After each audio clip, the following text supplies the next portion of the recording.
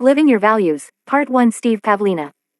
I've read many books that stress the importance of understanding your personal values, getting clear about what's most important to you in life.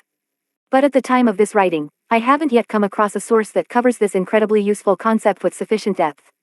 Most of the values coverage I've read takes you through a process of eliciting your current values and then leaves it at that. But I want to take you much deeper into this rich subject and show you how to intelligently connect your values to your goals. In Part 1, I will guide you through a step-by-step process for eliciting and prioritizing your personal values.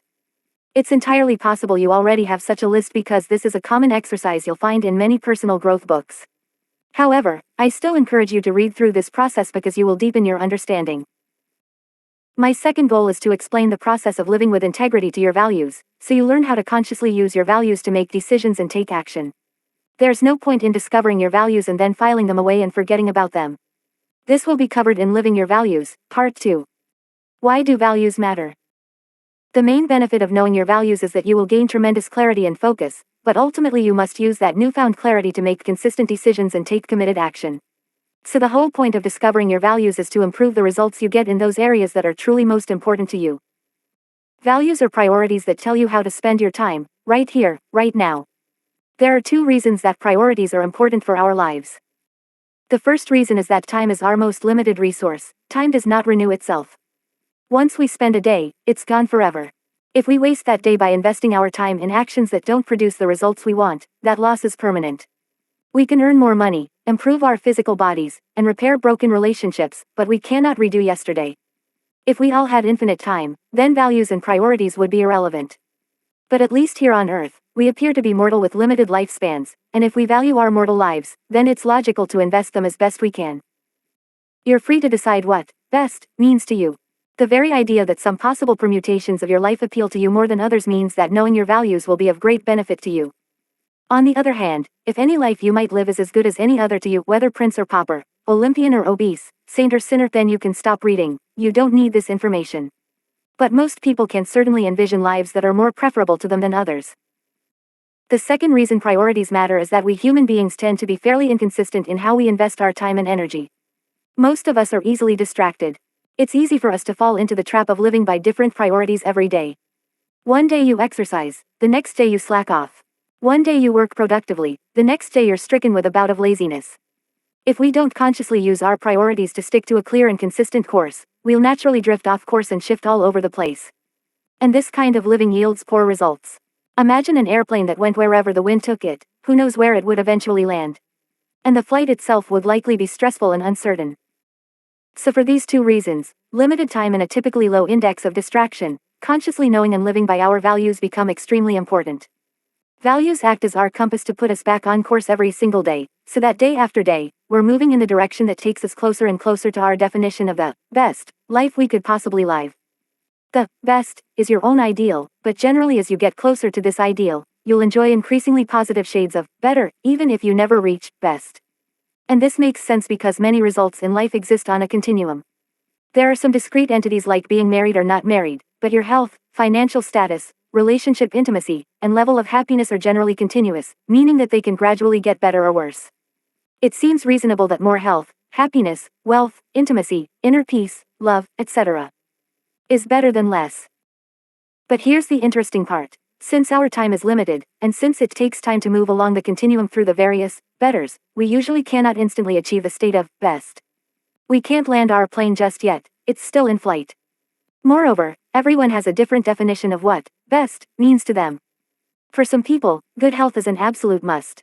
For others, being compassionate is what's most important. And for each of these values, every person is at a different point along their own continuum. So imagine that there are a bunch of planes in the air, each in a different starting location and each having a different destination airport. You can't then plot the same course to land every plane at its best airport. Each plane requires its own individual course. For a more human example, everyone is in a different state of health right now, and everyone has a different ideal for their best possible health. So the course each person takes from their starting point to their own best state of health will be unique.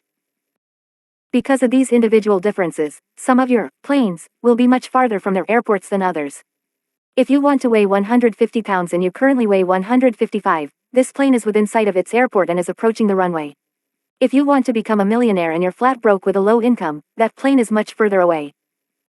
Because you can't do everything at once, you have to prioritize which planes are most precious to you. You may not be able to land them all within the span of your lifetime because you probably don't know how long your lifetime will be, nor can you be certain how long it will take to land each of these planes. But realize that the closer you get each plane to its airport, the better that area of your life will be. Now let's begin the process of eliciting your values. Here is a step-by-step method to create your own personal values hierarchy. I want to warn you that this can be a time-consuming process, and it will require your concentrated attention. So if this isn't a good time for you to do this, feel free to read it over now and then complete it when you can put in the time. It's hard work, but it's worth the effort. The question to ask yourself is this: what is truly important to me in life? Brainstorm a list of your values as your answers to this question. Try to reduce your responses to a single word or two that encapsulates each answer. For example, if one of your answers is having a successful career, then you might reduce that to the value of success. To make this task easier for you, I've put together an extensive list of values you can use to help build your own list. Don't worry about the order of your list yet or how long it is. Just get everything down in writing. So you might end up with a list that looks something like this: love, health, wealth, comfort, fun, happiness, success, learning, peace, intimacy, adventure, security. There's no hard rule for how long your list should be, but I usually prefer a list in the range of 10 to 15 values. If you have more than this, consider cutting out the marginal values that just barely made your list, or combine multiple values that are nearly identical on a single line, like achievement, accomplishment. Prioritizing your values. The next step is to prioritize your list. This is usually the most time-consuming and difficult step because it requires some intense thinking. My preferred method of prioritizing my values list is to identify the top value, then the second highest value, and so on until I've rebuilt the whole list in order of priority from the top to the bottom. So you may begin by asking yourself these questions: which of these values is truly the most important to me in life? If I could only satisfy one of these values, which one would it be? The answer to this question is your number one value. Then move down the list and ask which remaining value is the next most important to you, and so on, until you've sorted the whole list in priority order. Sometimes the highest priority value will be obvious to you. Other times you'll have it narrowed down to a few choices but will have a hard time figuring out which one is really the most important among those. When that happens, here's what I recommend. Invent a scenario for each value, and then compare those scenarios. For example, if you're trying to decide which is more important to you, learning or peace, then ask yourself, which would I rather do, read a book or meditate? This example assumes that reading a book would satisfy your value of learning and that meditating would satisfy your value of peace, each to roughly the same degree. I usually find that when I create scenarios for the tough to prioritize values, the best ordering becomes clear. So let's say we've sorted our list above, and we've come up with this: peace, love, intimacy, security, comfort, happiness, fun, health, learning, adventure, wealth, success. What can you tell me about this person? When you know a person's values hierarchy, you should have a fair chance of predicting their behavior. If this person lives true to her values, she'll lead a life focused on peace, love, and intimacy above all else. Her relationships both with herself and others will be extremely important to her, and she'd never put career success above her family. On the other hand, let's say this person prioritized her values in the exact opposite order: success, wealth, adventure, learning, health, fun, happiness, comfort, security, intimacy, love, peace. What kind of person is this? Now we have someone who's probably very career-oriented, perhaps an entrepreneur. She will lead a very different life than the person with peace as her top value. Succeeding and becoming wealthy is more important to this person than personal relationships, so if she has a choice between advancing in her career or going on a family vacation, she'll almost always put her career first. I want to say again that this is indeed a difficult and challenging process. These are not easy decisions to make.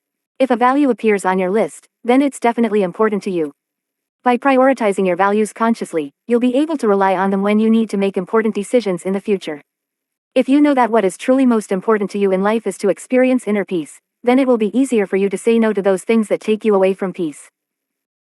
Now that you have your own values hierarchy worked out, it may seem like you've just unlocked something important. Many books that cover values treat it as such. But in my experience, this particular list isn't actually that important. This list only tells you the values that have previously been conditioned into you, by your upbringing and by society. In terms of our airplane analogy, this list tells you where your planes are currently headed. But that isn't necessarily the direction you want those planes to continue to go. Re-examining your values. Now comes the really interesting part. You don't have to continue living by the same values. You can consciously change them, even radically if desired. You can go from a person who values peace most highly to one whose top priority is success, or vice versa. You are not your values. You are the thinker of your thoughts, but you are not the thoughts themselves. Your values are your current compass, but they aren't the real you. Is it really possible that you can consciously change your values? Yes, it is. That will become clear in part 2 of this article when we explore how to consciously live by your values. But for now, let's tackle this question first. Why would you ever want to change your values? You may want to change your values when you understand and accept where they are taking you, and you realize that what you appear to value right now will not enable you to enjoy the best possible life for you. Your best life is your vision of all the destinations you wish to reach, the greatest ultimate destiny you can possibly imagine for yourself. But your values are just a measure of the current direction you're headed right now. And in most cases these two things are incongruent, meaning that your current values are not aligned with the course of your best life. I want you to take a moment right now to get in touch with what this really means to you personally. If you keep living by your current values, then you can expect to get similar results to what you're already getting, possibly a little better if you apply them more consciously. But most likely there is some part of you that isn't satisfied with where you'll end up if you keep following this same course.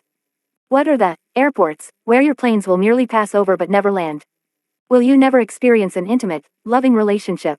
Will you never have children? Will you never become wealthy? Will you never develop an outstandingly energetic physical body? Will you never travel around the world? Will you never be able to help your favorite cause? Will you never feel that you're living in total accordance with your spiritual beliefs? Now what if all these nevers could suddenly become possible for you? How can they? They can become possible for you by shifting your values. And here's the key, you don't need to maintain the same values throughout your entire life. You can change them as often as you like. I recreate my own values list every 3 to 6 months. When you change your values list and consciously act on it, you change your behavior and therefore your results. And this can lead to incredible new experiences. For example, if your top value is health, and you're already in outstanding physical condition, what would happen if you changed your top value to wealth? You would cut back on your workouts for a while and invest tremendous energy into becoming wealthy. Your investment in health would slide a little, but in the short term, it probably won't make a huge difference. Health may still be one of your top values, but it just isn't number one anymore. So now by focusing intently on your new top value of wealth, you eventually succeed in becoming wealthy. But eventually as you become very wealthy, making more and more money beyond a certain point may no longer serve you. Now you decide to shift your top value to compassion, so you go out and use your healthy, wealthy self to compassionately help others. Through this process of consciously shifting your values, you've changed from a gym rat to an entrepreneur to a philanthropist. You've lived an amazing life. But if you always maintain your original values, you'll only experience being a gym rat for your entire life. And most of your true potential would remain untapped. Changing your values. So how can you decide how to change your values? You go through a very similar process of listing and prioritizing, but now you do it with your destinations, your goals. I'm not going to repeat the process in as much detail here because it's exactly the same as above. You just repeat the above steps with your goals instead of your values. Here's a sample goals list. Reduce weight to 150 pounds. Become a millionaire. Move to San Diego. Become a real estate investor. Travel through every country in Europe. Fall in love and get married. Give a speech in front of 5,000 people. Go skydiving. Get a part in a movie. Visit the moon. Run a marathon. So again, write out your goals. Decide which ones are truly most important to you. Prioritize them. And in this case it's fine if you have more than 10 to 15. More than 100 is even okay, it will just take longer to prioritize. These goals represent the experiences that you feel are part of the best life you could live. I don't mean a good life or even a great life, I mean the best life. If a life where you never traveled through Europe wouldn't be the absolute best for you, then you'd better include that goal on your list. Returning to our airplane analogy again, this goals list represents your list of airports. Now do you see the problem with having a static list of values throughout your entire life? How is a single list of values going to allow you to hit all these different stops? The values that will make you a millionaire probably aren't the same ones that will get you married. And the values that will send you skydiving aren't the ones that will help you become a real estate investor. At some point in your life, you'll need to focus intently on one of these goals while letting the others slide. If you fail to focus your energy on the goals that are truly important to you, some of them will slip away, and that's a heavy price to pay. You may succeed in your career and never get married. Or you may get married but never enjoy a state of physical fitness. Think back to the big, meaningful goals that you've already accomplished. Didn't you have to go through a period where achieving that goal became your top priority for a while? And in the process, you've probably unconsciously shifted your values to accommodate that goal. I remember that for the 6 months before we got married, my fiancé went into wedding planning mode. Her top values during this time became things like organization and preparation, but after our honeymoon, those were no longer her top values. They were no longer needed to such a degree. Now that you have your goals hierarchy, pick the top 1 or 2 goals, and consciously devise a values list that will lead you to achieve them. Let's say your goals list is prioritized as above, so your number 1 goal is to reduce your weight to 150 pounds. To achieve this goal, you might make fitness your number 1 value. Then you might make self-discipline your number 2 value, so you'll stick to your diet and exercise program. And then learning might become your number 3 value, so you spend time educating yourself about proper diet and nutrition. You must design these values based on your own personal circumstances. Like any skill, this takes practice, but over time you'll become better and better at designing your values to adapt to your goals. Whenever you achieve a major goal, that's a good time to select a new goal and update your values list to accommodate it.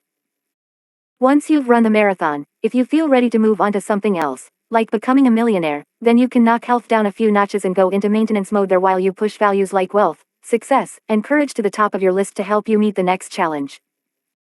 Most books I've read that cover values suggest that you derive your goals from your values.